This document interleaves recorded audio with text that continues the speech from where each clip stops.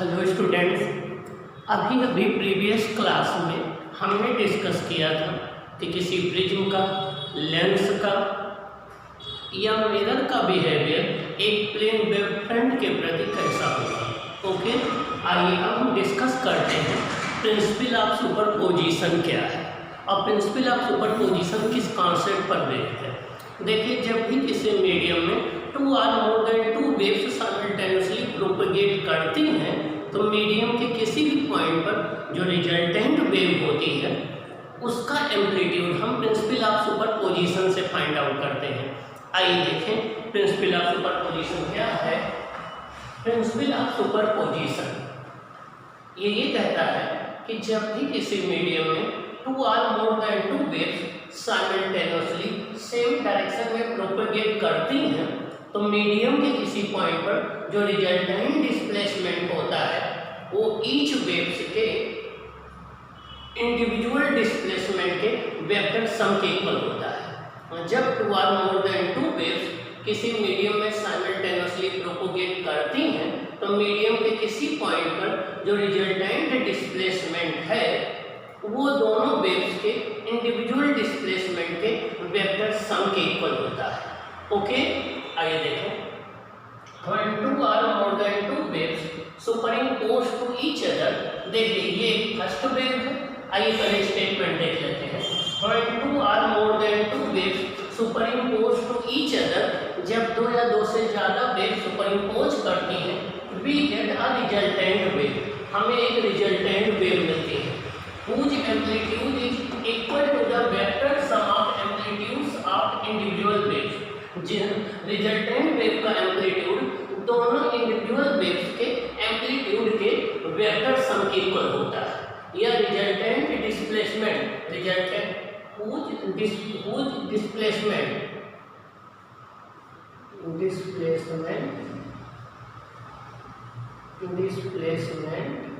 is equal to the vector sum of the displacement of each wave, vector sum of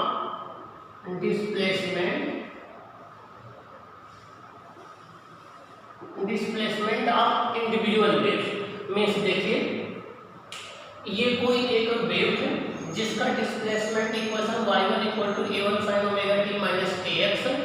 ये दूसरी wave है y2 equal to a2 sin omega t minus kx। दोनों same direction में एक साथ propagate कर रही हैं तो इनके सुपरपोजिशन से देखिए ये रिजल्टेंट वेव ये बन रही है। इनके सुपरपोजिशन से रिजल्टेंट वेव ये बन रही है जिसका डिस्प्लेसमेंट हो जाएगा y equal to y1 plus y2, y equal to vector y1 plus y2। अब यहाँ पर देखिए फर्स्ट वेव आपकी ये है y1 equal to a1 sin omega t minus kx, second है y2 equal to minus a2 sin omega t minus kx। और इन दोनों के सुपरपोजिशन से जो रिजल्टेंट वेव बन रही है वो रिजल्टेंट वेव ये है, इसका है vector y equal to y1 minus y2। इसका मतलब ये हो गया कि जब एक वेव का क्रस्ट दूसरे के क्रस्ट पर पड़े, एक का थ्रो दूसरे के थ्रो पर लाई करे तो रिजल्टेंट वेव ये होती है। अगर एक का क्रस्ट दूसरे के थ्रो पर लाई करे तो रिजल्टेंट वेव ये होती है। ओके, आइए अब हम इसका डेरिवेशन देखते हैं कि डेरिवेशन क्या होगा। Let y1 equal to a1 sin omega t minus kx, ये फर्स्ट इक्वेशन है, फर्स्ट वेव का इक्वेशन है। y2 equal to a2 sin omega t minus kx plus pi, ये सेकेंड इक्वेशन है। और दोनों सुपरिम्पोज कर रही हैं तो इनका इनिशियल फेज डिफरेंस कितना है, 5 है। तो रिजल्टेंट वेव जो होगी उसका डिस्प्लेसमेंट हो जाएगा y equal to y1 plus y2। Vector sum है y equal to y1 plus y2, ये हो जाएगा आपका a1 sin omega t minus kx plus a2 sin omega t minus kx plus pi हो जाएगा। फिर हो जाएगा y equal to a1 sin omega t minus kx plus a2 sin omega t minus. अब यहाँ पर हम क्या करेंगे, इस पूरे को हम c मान लें, इस पूरे को हम d मान लें, या इसको हम a मान लें, इसको b मान लें कि ये sin a प्लस b का फॉर्मूला हो जाएगा। और sin a प्लस b का फॉर्मूला होता है sin a into cos b plus cos a into sin b। sin a plus b का फॉर्मूला होता है sin a मतलब sin omega t minus kx into cos phi plus cos omega t minus kx into sin phi। ये sin a plus b का formula होता है। तो y equal to हो जाएगा a1 sin omega t minus kx plus a2 sin omega t minus kx into cos phi plus a2 cos omega t minus kx into sin phi.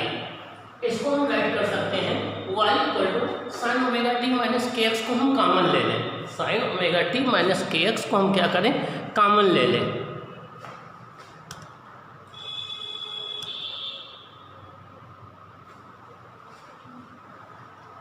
Sign omega t minus kx को common ले लें तो ये हो जाएगा a1 plus a2 cos phi, a1 plus a2 cos phi plus a2 cos omega t minus kx into sine phi हो जाएगा।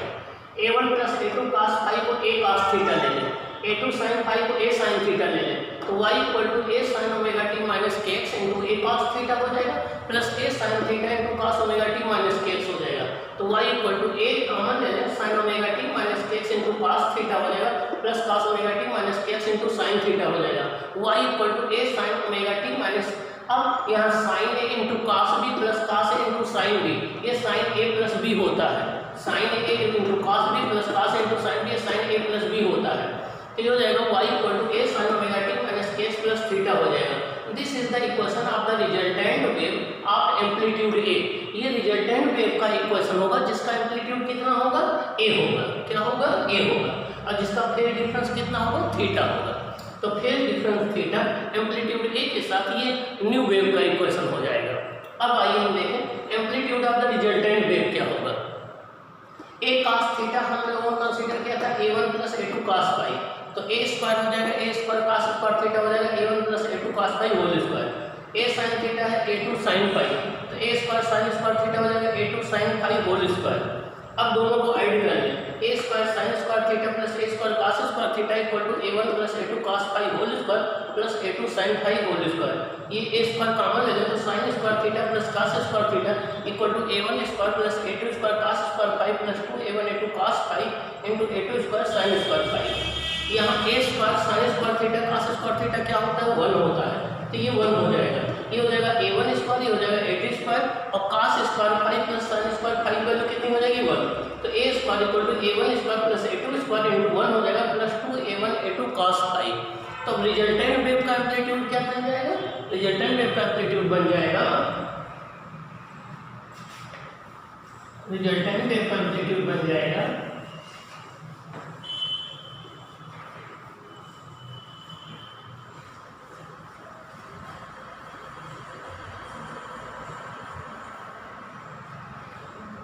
Resultant wave का हमारा एम्पलीट्यूड हो जाएगा a equal to a1 square plus a2 square plus 2a1 a2 cos phi to the power 1/2। ये आपका resultant wave का amplitude आ जाएगा ये। ओके, तो रिजल्टेंट वेव का एम्पलीट्यूड ये आ जाएगा। अब इसके डिफरेंट केसेस होंगे, वो डिफरेंट केसेस हम डिस्कस करेंगे। मीन्स केस 1 हम ले लें, केस 1 हम ले लें कि दोनों के एम्पलीट्यूड सेम है, a1 equal to a2 equal to a, तब हमारा क्या आ जाएगा, तब ये आ जाएगा a square plus a square plus 2a into a cos phi आ जाएगा टू द पावर 1/2। ये हो जाएगा a इक्वल टू, ये आ जाएगा 2a square plus 2a square cos phi आ जाएगा। यहाँ से 2a स्क्वायर को हम कॉमन ले लेंगे तो आ जाएगा 1 प्लस cos फाई आ जाएगा। यहाँ से a इक्वल टू, ये स्क्वायर रूट रहेगा, ये आ जाएगा a equal to 2a square 1 plus cos phi होता है 2, ये होता है 2 cos स्क्वायर फाई/2 -1। तो यहाँ से -1 और +1 कैंसिल हो जाएगा, तो ये आपका आ जाएगा a equal to square root 4a square cos square फाई/2 आ जाएगा। तो a इक्वल टू आपका आ जाएगा 2a cos फाई/2। ये आपका रिजल्टेंट वेव का एम्पलीट्यूड आ जाएगा। जब दोनों वेव के एम्पलीट्यूड सेम होंगे तो रिजल्टेंट वेव का एम्पलीट्यूड होगा a equal to 2a cos phi. क्या आएगा, 2a cos फाई/2 आएगा। और हमें पता है कि जो इंटेंसिटी होती है, इंटेंसिटी एम्पलीट्यूड के स्क्वायर पर डिपेंड करती है। तो अगर हम इंटेंसिटी की बात करेंगे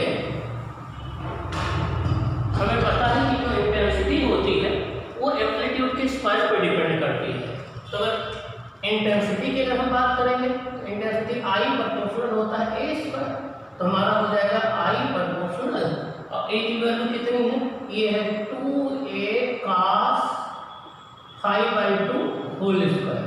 तो ये हो जाएगा I proportional 4a square cos square phi by 2। अब अगर 4a स्क्वायर को हम मैक्सिमम इंटेंसिटी, अगर हम 4a स्क्वायर को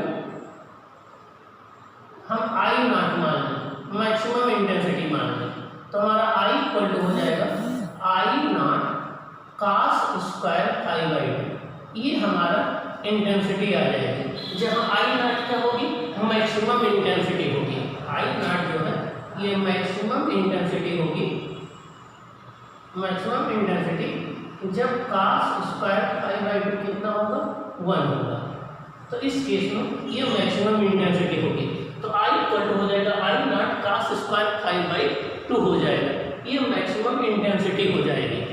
अब अगर हम इंडिविजुअल इंटेंसिटी को I1 प्रोपोर्शनल होगा A1 स्क्वायर, I2 प्रोपोर्शनल होगा आपका A2 स्क्वायर, तो रिजल्टेंट इंटेंसिटी आपकी आ जाएगी I1 प्लस I2